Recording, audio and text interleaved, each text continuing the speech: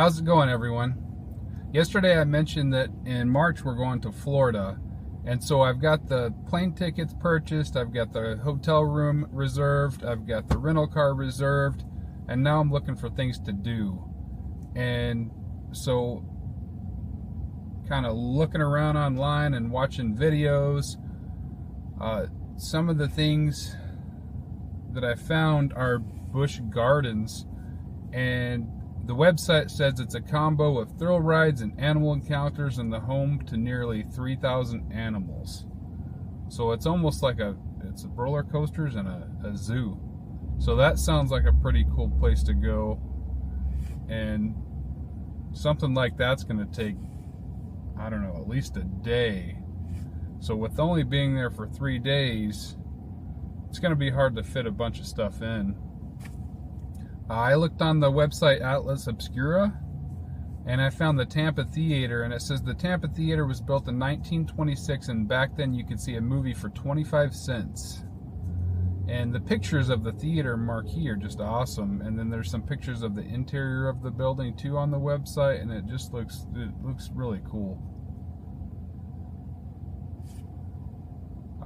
The next thing that I found was the Lakeland Antique Mall, and it's a little bit outside of Tampa. It looks like it's between Orlando and Tampa, but this will be my first trip to Florida, so I'm not real familiar with the area.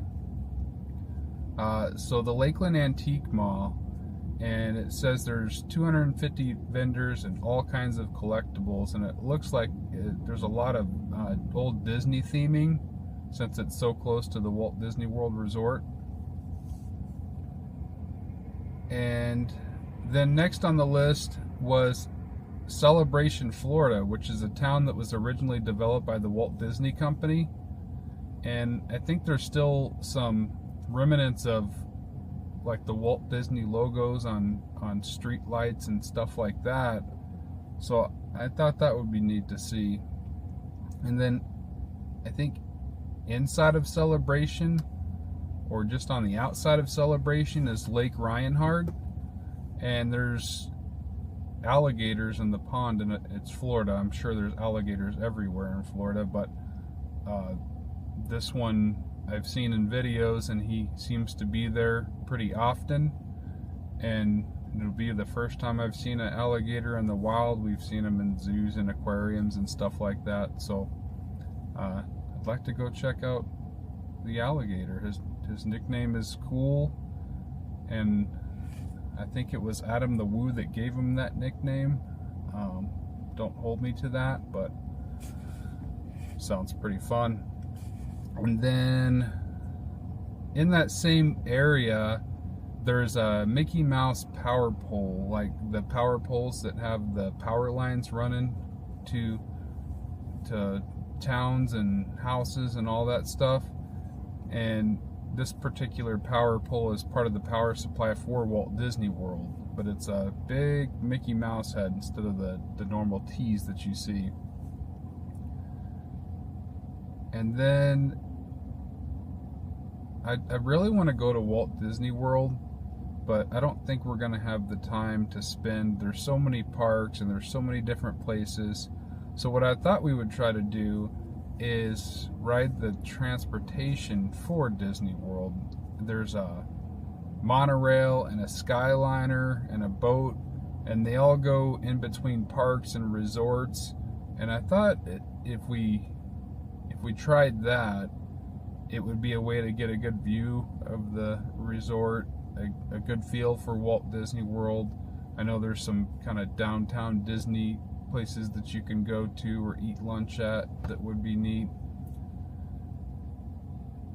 And then the next thing I had on my list was filming locations for The Punisher. I think that would also be cool to see. I love going to filming locations.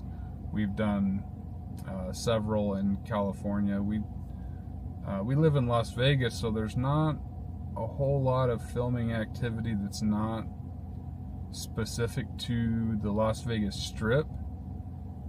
And when you're on the Strip filming, it feels like the I don't know, when you're going to a filming location, you want to kind of feel like you're there, you're in the movie, and the Strip, because there's so much going on, it takes away from that. Does anybody else like warm mayonnaise? Like, not like warmed up in the microwave, but like more of a room temperature mayonnaise. I don't know, I was just thinking about that this morning when I was making my lunch. I don't like mayonnaise straight out of the fridge. I like it after it's been sitting out for a second, and I don't know, that was just a dumb thought that came across my mind this morning, and I kind of know why. Well, I don't really know why. So in elementary school, I'm not even sure why they had this, but there was a basket in the corner of the lunchroom where you could go, if you didn't want something that you had, you could go and put it in that basket, and then you could trade it for something else that one of the other kids had that they didn't want.